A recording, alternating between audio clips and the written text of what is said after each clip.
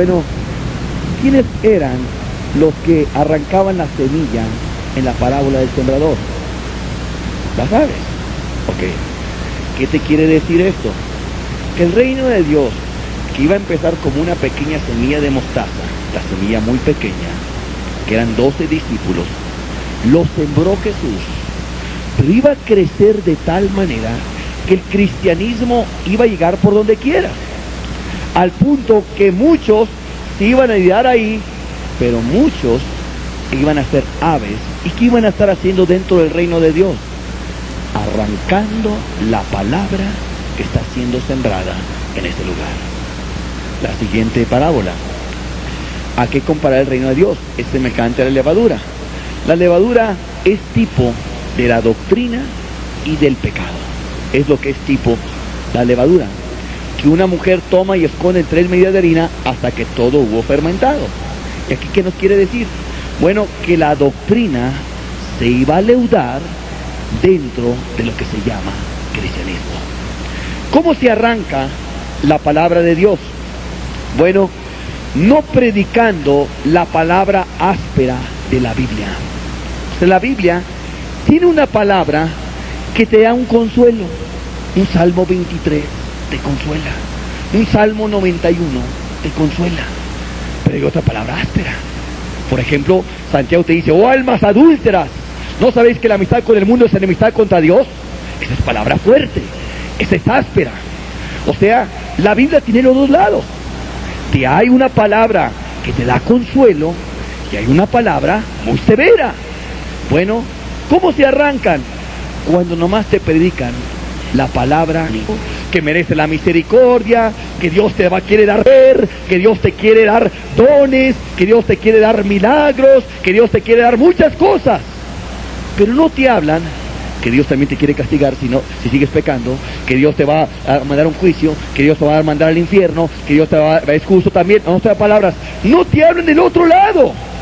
Te hablan solamente de aquello que agrada a la carne, pero no te hablan de aquello que te manda a un compromiso con Dios. En otras palabras, te predican un lado de la Biblia, pero no te predican el otro lado de la Biblia.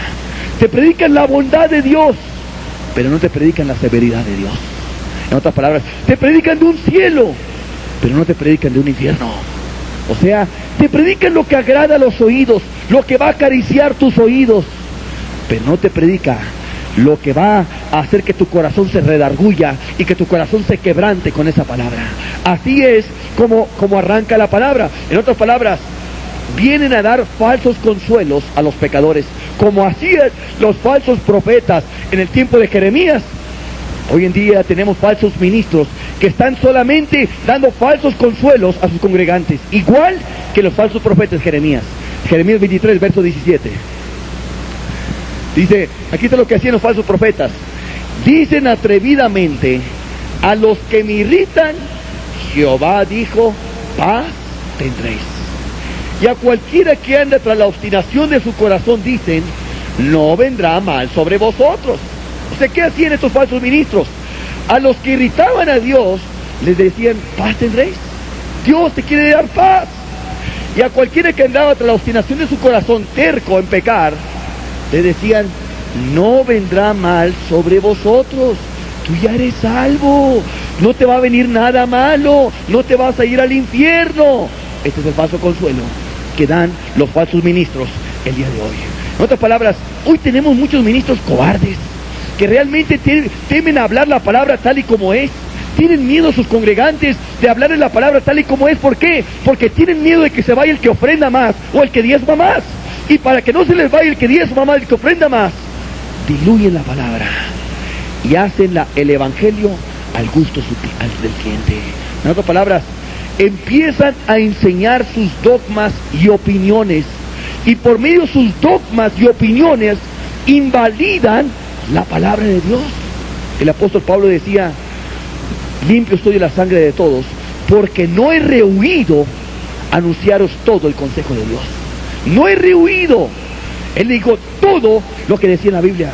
Por eso tenemos los falsos ministros que no te quieren predicar toda la palabra de Dios, sino que te diluyen el evangelio, y te dan un evangelio rebajado y barato que no te sirve para nada y que no te va a llevar al cielo y te sirve para nada. Quiero decirte que todos los ministros tienen que ser evaluados. ¿Cómo evalúas un médico? ¿Cómo sabes que un médico es bueno? Si tú dices, es que el médico de mi familia es muy bueno, él atendió a mi abuelita, atendió a mi mamá y me atendió a mí y es muy buen médico, pero llevas tu hijo y nunca sana con ese médico. Ay, pero es que ¿cómo lo voy a traicionar? ¿Cómo voy a llevarlo con otro médico? Mujer, no sana con ese médico, búscate otro, su médico nulo. Pero es que atendió a mi familia, podrá, a lo mejor en aquel tiempo era bueno, ahorita ya no lo es. Llévate ese niño a con otro médico. Pero es que si atendió a mi abuelita y es el médico de la tradición, ¿cómo lo voy a cambiar? Mujer, es un médico nulo, no sirve para nada, no ha sanado a tu hijo. Bueno, ¿qué debe hacer tú si tú sigues en el pecado con una congregación? Es un médico nulo, ese pastor no sirve para nada. Su palabra no te sirve para santificarte. Lo que él predica no te redarguye, no hace que tú cambies. Vete de ahí, no te sirve para nada. Pero hoy están ahí, aunque sigan viviendo sus vidas de pecados. ¿Por qué? Porque el otro los apapacha y les da lisonjas y les da todo y les solapa el pecado y los hace sentir a gusto en su pecado. Ay, es que es muy lindo mi pastor. ¿Por qué es muy lindo? Bueno, cuando llegue aquí en la casa, pues le dice que está muy bonito mi cuadro, muy bonita mi sala, me dice eso, me trata muy bien y todo, pero nunca le dice que está en pecado y que se va a ir al infierno. No me he dicho eso. Es que él es muy cortés y por eso no me dice nada. No, ese hombre no te sirve para nada. Juan Wesley, cuando invitaba a un predicador a su congregación, Juan Wesley fue uno de los ministros que Dios usó en el año de 1700. Cuando él invitaba a un ministro, antes de invitarlo, se iba a la iglesia de este ministro y agarraba 3 de sus congregación al azar y empezaba a escudriñar a cada uno de esos 3 miembros. Si encontraba que uno de ellos seguía practicando el pecado, no invitaba al ministro. ¿Sabes qué? Quédate mejor allá, porque yo veo que todavía no has terminado bien las cosas ahí. Pero si encontraba al ministro, porque su palabra produce efectos en la gente y la gente se santifica. Y esto lo corrobora la Biblia. Jeremías 23:22. Pero si ellos, estos ministros, hubieran estado en mi secreto, o sea, en el cuarto de oración con Dios, habrían hecho oír mis palabras a mi pueblo. Marca bien, mis palabras a mi pueblo. ¿Y cuál es el efecto de predicar la palabra tal y como es? Y lo habrían hecho volver de su mal camino y de la maldad de sus obras. Eso es lo que pasa. Cuando un ministro es un ministro de Dios, ungido de Dios, porque ha orado con Dios y predica la palabra tal y como es, la gente deja el pecado. Pero cuando no es un ministro de Dios, que no se pasa tiempo con Dios para buscar la unción de Dios, el poder de Dios, y para hablar la palabra, estudioso de la palabra, para hablar la palabra tal y como es, la gente sigue sus pecados. Solamente el ministro de Dios hace que cuando ellos hablen, lo habrían hecho volver de su mal camino y de la maldad de sus obras. Vean, el ministro hay que evaluarlo por el fruto. Así como el médico, ves que no sirve ese médico porque nadie sana, tampoco sirve ese ministro porque nadie deja el pecado. Todos se hacen más pecadores y más hipócritas con ese ministro. Vete de allí, porque no te sirve para nada. No es ministro por Dios, es un impostor. Se disfrazó, se puso un traje, agarró una Biblia, hizo mandar a hacer con un carpintero un púlpito, se puso aquí al frente, se puso a predicar, pero no es un impostor. Dios no lo llamó, porque si lo hubiera llamado Dios, le hubiera dado el poder y le hubiera dado la palabra para que él hablara y la gente dejara el pecado. Así es como se evalúa un ministro de Dios. Hoy tenemos muchos impostores. Como dicen Oseas, pusieron ellos príncipes, mas yo no lo supe. Yo no lo supe. O sea, Dios no constituyó a esos ministros. Dios no los llamó. Hoy tenemos muchos que están detrás del púlpito, que se sirven del púlpito, que usan la piedad como fuente de ganancia, pero son puros impostores. No son ministros de Dios. Así como no son ingenieros ni son doctores, tampoco son ministros de Dios. Están aquí atrás, unos verdaderos payasos que lejos de hacer que la gente llore por sus pecados, son como un Chabelo que hacen reír a la gente y es pura diversión. Y un circo es el lugar cuando dice la palabra de Dios que para predicar y enseñar tiene que hacerse con toda seriedad. Hoy no tenemos ministros con seriedad, hoy tenemos verdaderos cómicos que están aquí atrás del púlpito, que no le hicieron provecho a nadie ni le harán nunca, porque no están ungidos por Dios. ¿Cómo se leuda la palabra? Mateo 16:12 nos dice que entonces entendieron que no les había dicho que se guardasen de la levadura del pan, sino de la doctrina de los fariseos y de los saduceos. Aquí te está asemejando la levadura con la doctrina.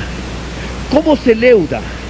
Bueno, predicando que doctrinas que apapachan tu pecado, doctrinas que solapan tu pecado, solarte tu pecado. Y de esto ya nos había advertido el apóstol Pablo en 2 de Timoteo 4, verso 3. Dice, porque vendrá tiempo, hoy es el tiempo, cuando no sufrirán la sana doctrina. O sea, ya no van a poder oír la sana doctrina. Y cuando la escuchen, van a decir, dura palabra es esta, ¿quién la puede oír? O sea, vendrá tiempo cuando no van a sufrir la sana doctrina, sino que teniendo comezón de oír, curiosidad, se amontonarán maestros conforme, fíjate bien, a sus propias concupiscencias. Va a venir un maestro conforme a tu pecado y te va a predicar lo que tú sí quieres oír. Y apartarán de la verdad el oído. Ya no van a querer escuchar la verdad y se volverán a las fábulas, a los cuentitos. Te van a contar el cuento de Jonás, el cuento de Abraham, el cuento de todos, que son escrituras de la Biblia, pero no le van a dar el espíritu que viene ahí adentro. Hoy tenemos estos maestros conforme a tus propias concupiscencias. ¿Cómo es estos maestros? Bueno, estos maestros normalmente viven en pecado. O sea, son ministros que no te hablan de la santidad porque no la viven. Entonces sienten mal hablar algo que ellos no viven. Obviamente, para hablar de un tema de la santidad necesitas vivirlo. Y necesitas vivirlo porque tienes mucha gente que te conoce, y si tú estás hablando algo, alguno de los que te conoce va a decir, oye, pero tú no estás viviendo eso. Entonces, ¿cómo te van a predicar una palabra así? Bueno, te van a decir algo así. Imagínate que un ministro es mentiroso, que acostumbra a decir mentiras. De pronto uno nuevo llega a la congregación, hace la oración mágica de acepta a Cristo, el pastor lo declara salvo y se va a su casa. Y estando ahí en su casa, empieza a leer la Biblia y descubre el texto donde dice que los mentirosos serán lanzados al lago de fuego y azufre. Cuando ve el texto, este nuevo se siente muy mal. Oye, entonces significa que yo voy a ser lanzado al lago de fuego y azufre. Entonces va con el pastor. Oiga, pastor, ¿sabe que yo leí en la Biblia que los mentirosos serán lanzados al lago de fuego y azufre? ¿Es verdad? Y el pastor, como también él dice mentiras, le dice algo como esto: no, hermano, ese texto es para los impíos, no es para nosotros. Nosotros ya somos salvos. Ese texto es para los impíos. Ay, gracias, pastor. Yo pensé que tenía que dejar de decir mentiras y apartarme de mentiras, pero ahora sé que yo como quiera soy salvo, ahora sí puedo mentir a gusto. En otras palabras, ¿qué hizo ese ministro? Fortaleció las manos del pecador para que peque a gusto. Y eso es lo que hacían los falsos profetas. Jeremías 23, verso 14. Y en los profetas de Jerusalén, aquellos ministros, he visto torpezas. Fíjate lo que hacían esos ministros. Cometían adulterios y andaban en mentiras. O sea, unos eran adúlteros y otros eran mentirosos. ¿Qué doctrina puede venir de ellos? Una que solapa el pecado. Fíjate lo que hacían. Y fortalecían las manos de los malos para que ninguno se convirtiese de su maldad. Me fueron todos ellos como Sodoma y sus moradores como Gomorra. O sea, ¿qué es lo que hacen estos ministros? Fortalecen las manos del pecador, de los malos. ¿Para qué? Para que ninguno se convirtiese de su maldad, para que no deje su pecado. O sea, les dan argumentos para ahora defender su pecado. ¿Cuál es el argumento? Cada vez que le dicen, oye, pero tú eres un mentiroso, y dice que los mentirosos van a ser lavados de fuego y azufre, ya tiene con qué defenderse. Ah, no, ese texto es para los impíos, no es para nosotros. Ya tiene un argumento para defenderse. Y por eso, hoy tenemos muchos púlpitos que tenemos extrañas doctrinas. Hoy tenemos púlpitos donde se predica que hay un perdón, aunque no hay un arrepentimiento. Que hay una fe, aunque no hay fruto y obras en tu fe. Que te salvó por gracia, aunque no tienes amor. Que tienes un bautismo, aunque no tienes una vida nueva en Cristo Jesús. Que tienes un Salvador, aunque no es tu Señor de tu vida. Que tenemos una salvación, aunque no hay santidad. Que tenemos una adoración, cuando no hay vidas crucificadas. Que tenemos una justificación, cuando no hay paz, sino conciencias atormentadas. Que se llaman hijos de Dios, pero siguen esclavos del pecado. ¿Por qué tenemos esta mezcla abominable? Porque para llenar las iglesias hay que hacer una doctrina al gusto del cliente. Y ya se hizo toda una mercadería de iglesias. En Estados Unidos, un hombre se puso a hacer una encuesta allá en California, en un barrio. Y la pregunta era, ¿cómo le gusta a usted que sea la iglesia? Hizo esa gran encuesta y después de ver cómo, de recoger las encuestas, recogió todo, vio cómo la gente le gustaba esa iglesia e hizo una iglesia al gusto de la gente de ese barrio. Se le llenó, inmediatamente se le llenó. ¿Por qué? Porque hizo una iglesia al gusto del cliente. En otras palabras, ¿qué es lo que vemos? Que ya es un mercado la iglesia. Pásele, pásele por aquí, aquí tenemos la doctrina a su gusto, pásele, pásele por aquí, aquí tenemos la doctrina, éntrele a esta iglesia. Oiga, pues yo ando buscando una doctrina en la cual pueda pecar poquito y ser salvo. Claro que sí, pásele por aquí, que tenemos la doctrina esa. ¿De veras se puede pecar poquito y ser salvo? Claro que sí. ¿Cuál es esa doctrina? La doctrina del proceso. ¿Cuál es esa? Mire, usted pasa aquí adelante, hace la oración mágica de acepta a Cristo, lo declaramos salvos, y ahora sí, por un proceso, usted será salvo. Oye, ¿y cuándo termina ese proceso? No pregunte cuándo termina. Usted solamente que es un proceso y poquito a poquito va a dejar el pecado. Oye, ¿y qué pasa si me muero antes de que termine el proceso? ¿A dónde me voy? Mire, no pregunte esas preguntas teológicas. Simplemente usted grábese el dogma que es un proceso. Oiga, pero ¿no dice la Biblia que los que hemos muerto al pecado, cómo viviremos aún en él? No hay medios muertos ni medios vivos. O ya morimos o seguimos vivos. Miren, no saque esas preguntas de ahí. Oiga, pero ¿no le dijo Jesús a la mujer, vete y no peques más? No le dijo, vete y poco a poquito va dejando el pecado. Le dijo, vete y no peques más. No saque esas preguntas. Grabes el dogma que es poco a poquito y que es un proceso. Bueno, pues le entro a su iglesia. De pronto llega otro y dice, oiga, yo quiero una doctrina no para pecar poquito. Porque si voy a pecar poquito, pues qué diferencia que peca mucho.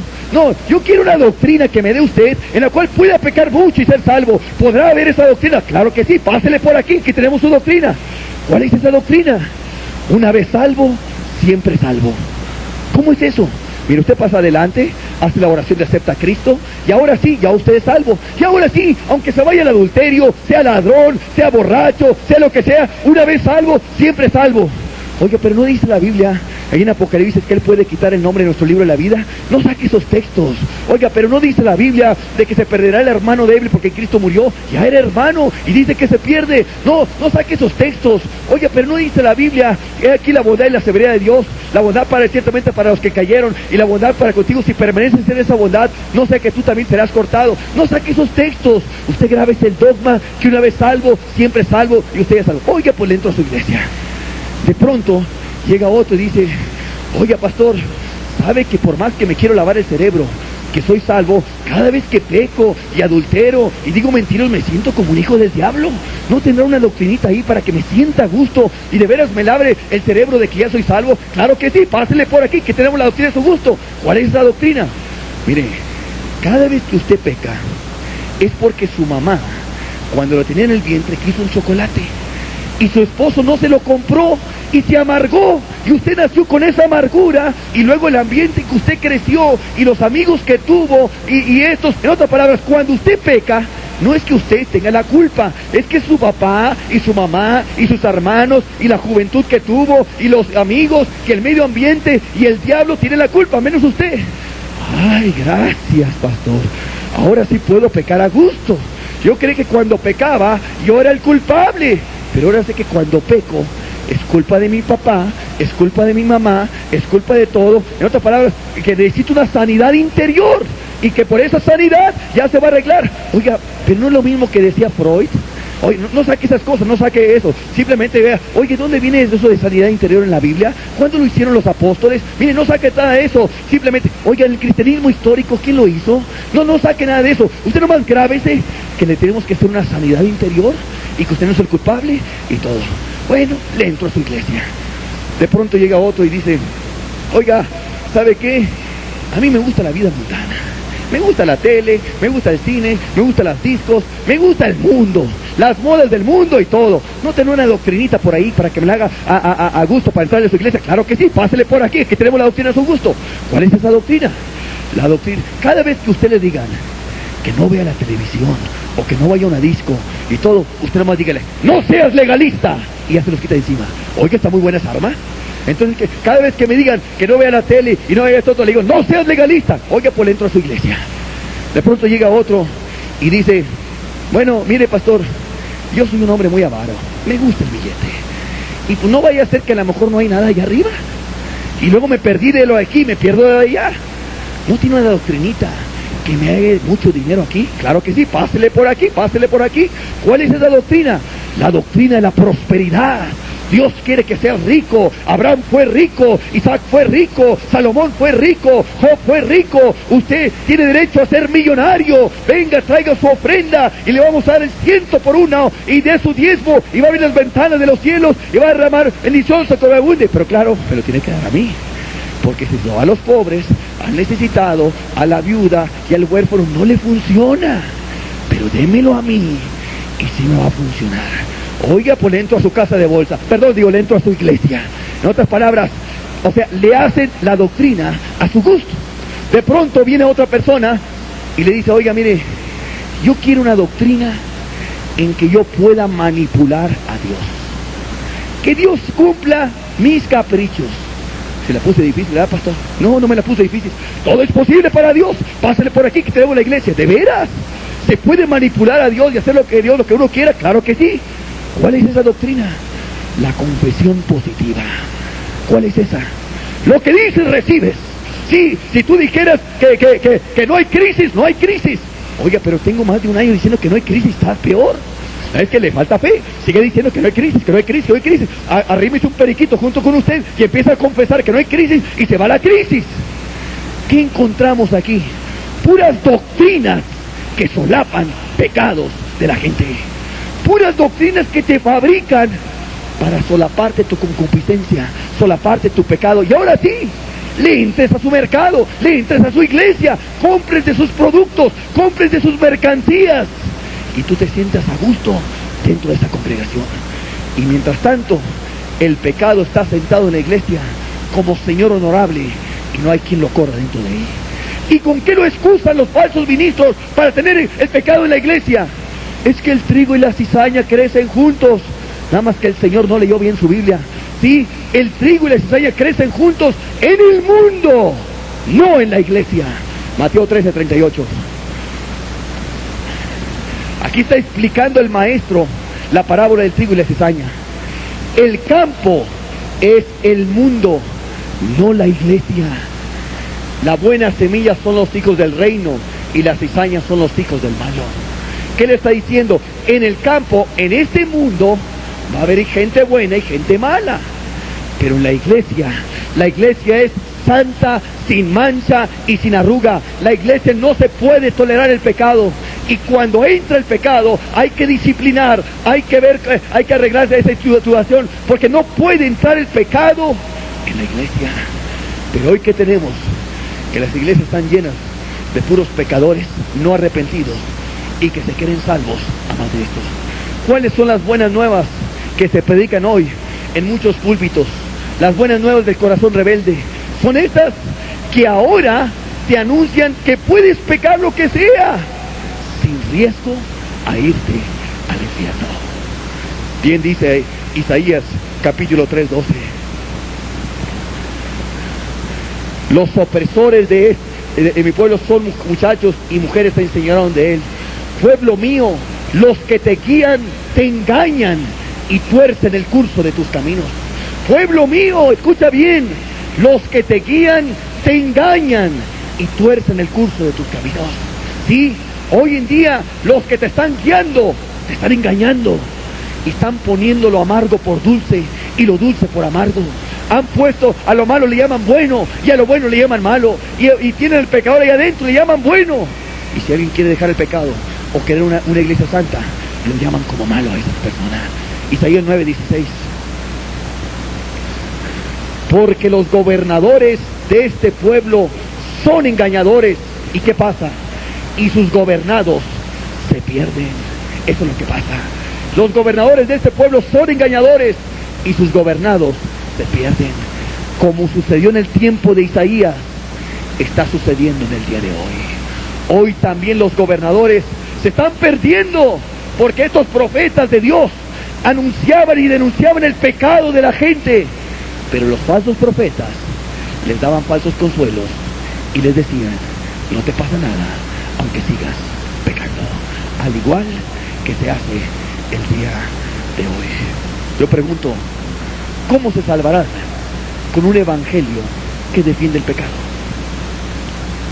Si el evangelio era salvarnos del pecado, pondrá su nombre Jesús, porque Él salvará al pueblo del pecado.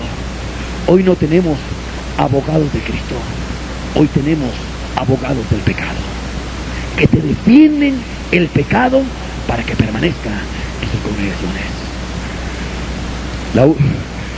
La última razón por la cual son pocos los que se salvan. Lucas 13, 31 y 32. Aquel mismo día llegaron unos fariseos diciéndole, sal y vete de aquí, porque Herodes te quiere matar. Y les dijo, id y decid a aquella zorra, he aquí hecho fuera demonios y hago curaciones hoy y mañana, y al tercer día termino mi obra. Ahora, ¿de cuándo acá los fariseos estaban muy preocupados de que fueran a matar a Cristo? ¿Y no era el mismo Herodes el que deseaba ver quién era Jesús? ¿Y a quién se refiere Jesús con el término zorra? ¿Quién será la zorra? ¿Herodes o los fariseos? Ya saben quién es la zorra. Zorra es un animal astuto. Los fariseos, usando de astucia, estaban intimidando a Cristo para correrlo. Sal y vete, porque Herodes te quiere matar. Querían intimidar a Cristo para que se fuera, porque la gente se iba detrás del maestro. ¿Qué es lo que vemos aquí? Que el liderazgo nominal rechaza la palabra de Cristo. Y al igual que en aquel día, es el día de hoy. Hoy el liderazgo de hoy rechaza la palabra que te llama a una vida recta y santa para Dios. No les gusta su sonido. Su sonido es como un gis que rechina en un pizarrón. Cada vez que oyen que tienes que vivir santamente, que tienes que vivir rectamente, que tienes que vivir con un corazón limpio, les desagrada ese sonido. No les gusta ese sonido. Y hacen lo mismo que con Cristo. ¿Qué es lo que hacen? A Cristo lo empezaban a difamar, lo empezaban a calumniar. Le decían, mira, por Belcebú echa fuera los demonios. ¿Para qué? Para que así desacreditar la naturaleza del carácter de sus milagros. Para que cuando vieran un milagro, no creían que era de Dios, sino que era del diablo. O le decían, este hombre no es de Dios, sino que engaña a la gente. Este hombre no es de Dios, porque de Nazaret nunca salió un profeta. Este hombre no es de Dios. ¿Por qué? Porque no guarda el sábado.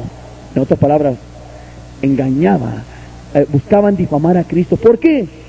Porque Cristo reprendía los pecados de los líderes de su tiempo. Y al igual de hoy, cuando alguien viene a reprender las malas obras de esos falsos ministros, te dicen, no vayas a escuchar a ese hombre, te va a lavar el cerebro, te va a hacer doctrina del diablo, te va a llevar a Satanás, no lo escuches. O te van a decir, te va a condenar, es pura palabra de condenación. Y Cristo no condenaba a la gente. No hay nada más lejos de la verdad que decir que Cristo no condenaba a la gente. Solamente una persona ignorante se atrevería a decir que Cristo no condenaba a la gente. ¿Sabes por qué aborrecían a Cristo? Juan 7:7. no puede el mundo aborreceros a vosotros, mas a mí me aborrece. ¿Por qué lo aborrecían? Porque yo testifico de él que sus obras son malas. Porque Cristo denunciaba el pecado de ellos, por eso lo aborrecían. Y hoy en día se dicen, es que Cristo no condenaba a la gente. ¡Qué ignorancia de la Biblia decir que Cristo no condenaba a la gente! Mira, quiero decirte esto. Si tú sumas todos los versículos que habló Cristo en la Biblia, cuando estuvo aquí en la tierra, Cristo habló 2025 versículos. Son todos los que él habló. 2025. ¿Sabes lo que más habló en primer lugar? Fue de juicio. 232 versículos. En segundo lugar, de mandamientos que tenemos que obedecer. 222 versículos. En tercer lugar, contra el pecado, contra la avaricia, contra el adulterio, contra los pecados. 213 versículos. En cuarto lugar, ya vienen las promesas. 212 versículos. En quinto lugar, de la salvación, fíjate, hasta quinto lugar, 203 versículos. En sexto lugar, de la rectitud que el hombre tiene que vivir, 188 versículos. De ahí para abajo restan 755 versículos que Cristo habló de 15 temas distintos. Ve el énfasis: primer lugar de juicio, segundo de mandamientos, tercero contra el pecado. Ve el énfasis de lo que hablaba Cristo. ¡Qué ignorancia de la Biblia! Decir que Jesús no condenaba a la gente. Son una persona que no es un estudioso realmente asiduo de la Biblia, que no estudia a conciencia la Biblia, se atrevería a decir que Cristo no condenaba a la gente. Pero hoy tenemos muchos ministros flojos que no estudian la palabra de Dios, que los avergüenza cualquier refaccionario, que ellos sí conocen un catálogo de este tamaño, o cualquier médico te conoce un libro de anatomía, o un libro de bioquímica, o un libro de histología. Y estos falsos ministros no se pueden aprender la palabra de Dios, que está tan chiquita de nomás que este tamaño, porque no son estudiosos de eso, y por eso aseveran cosas que ni saben ni conocen. Hoy en día, el liderazgo nominal, el falso liderazgo, rechaza el mensaje de santidad y te lo intentan desacreditar para que tú no lo escuches.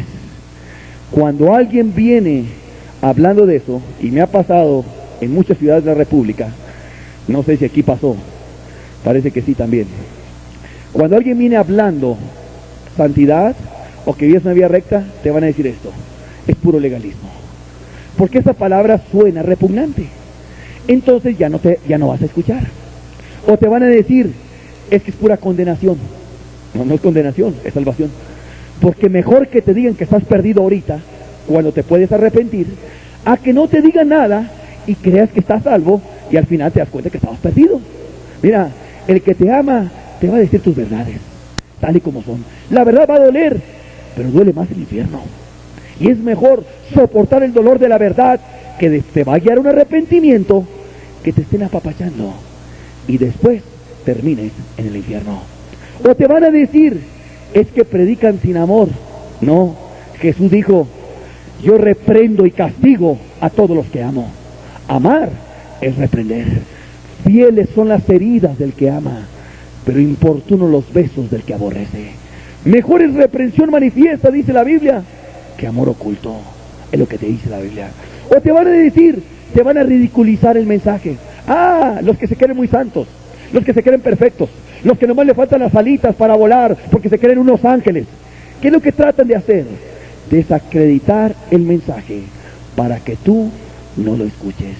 O te siembran intrigas, como ha pasado en otros lugares. Te van a decir: después viene lo malo. ¿Qué es lo después? No te puedo decir. ¿Y qué pasó? Te amarró con intrigas para que no escuches la palabra de Dios. ¿Todo por qué? Porque denuncia sus doctrinas que son conformes a su concupiscencia. Porque denuncia sus obras pecadoras y sus ministerios diabólicos, cómo usan de la gente, cómo se sirven del rebaño y no sirven al rebaño, simplemente porque denuncia sus vidas pecadoras de estos falsos ministros. y ellos no quieren ser denunciados ni quieren dar cuentas a nadie. Son como intocables estos falsos ministros el día de hoy. No por nada es el lamento de Cristo en Lucas 13, 34 y 35. Jerusalén, Jerusalén, que matas a los profetas y apedreas a los que te son enviados. ¿Cuántas veces quise juntar a tus hijos como la gallina sus polluelos debajo de sus alas y no quisiste? Es lo que Cristo quiere hacer aquí en Querétaro, juntar a sus hijos. Dice, he aquí, vuestra casa os es dejada desierta, y os digo que no me veréis hasta que llegue el tiempo en que digáis, bendito el que viene en nombre del Señor. Y quiero decirles que ya muchas de las que se llaman casa de Dios, mas no en hechos y en verdad, están desiertas. ¿Desiertas de qué? De verdadera palabra de Dios, de verdadera palabra que haga que el pecador deje sus pecados y vive de vidas rectas. Ya no hay palabra, hay solamente cuentos y fantasías y sueños y sentires, pero no palabra de Dios para fundar a los creyentes en las Sagradas Escrituras. ¿Por qué pocos se salvan? Ahora sí, suma todas las enseñanzas. Unos no están arrepentidos.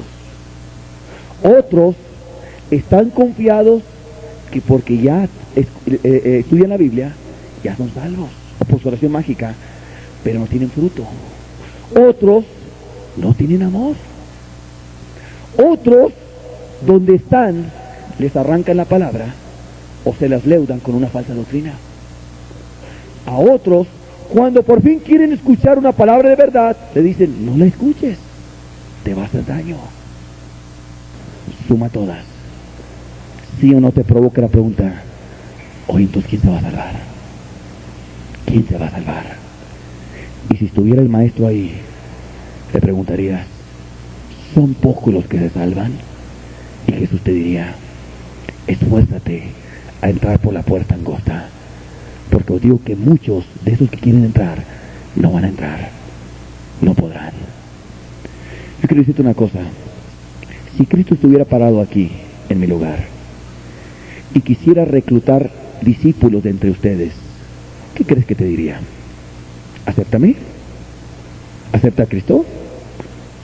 Te diría esto, si uno de ustedes que están sentados aquí quiere venir en pos de mí, niégate a ti mismo, toma la cruz cada día y sígueme.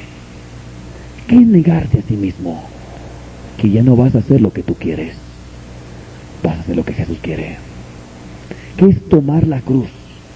Es el lugar donde Cristo padeció vergüenza y la muerte.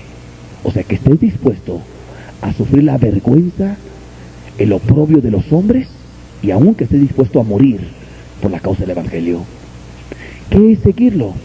Obedecerlo en todo, hacer todo lo que Jesús te llamaba. Esa es la puerta angosta. Entra por esa, esfuérzate por esa, te salvas. Tú serás de los pocos que se salvan. Busca otra puerta, cualquier otra, y te vas a perder. ¿Por qué pocos se salvan? Porque muchos no se han sometido a la Biblia como la suprema autoridad. En teoría es la suprema autoridad, pero en la práctica es la palabra del pastor. Se han sometido a la palabra del pastor. Y quiero decirte, nosotros no somos la suprema autoridad en una iglesia, es la Biblia. El día en que el pastor sea la suprema autoridad, ya no estás en una iglesia cristiana, estás en un papado, donde el papa es lo que él dice, y lo que él dice se hace. Siempre apelamos a la autoridad suprema de las Escrituras. Funda tu fe sobre lo que dice la Biblia. Y acuérdate, una verdadera doctrina nunca te solapará el pecado. Esa es la doctrina del diablo en el Edén. ¿Qué fue lo que le dijo el diablo a la mujer?